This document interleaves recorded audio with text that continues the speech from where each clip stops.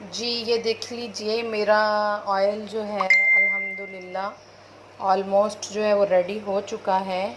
और इसका आप ये कलर देख लें, बस 2-4 मिनट में जो है ये मज़ीद जो अब ये इसकी जो हर्ब्स हैं ये नीचे लगने लग गई हैं और जलने लग गई हैं इसके अंदर।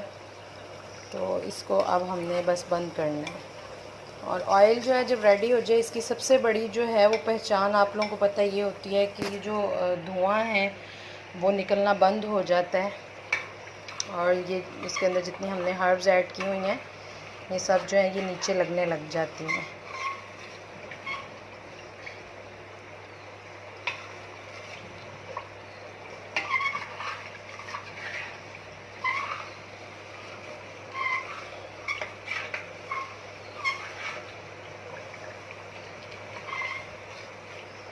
ठीक है।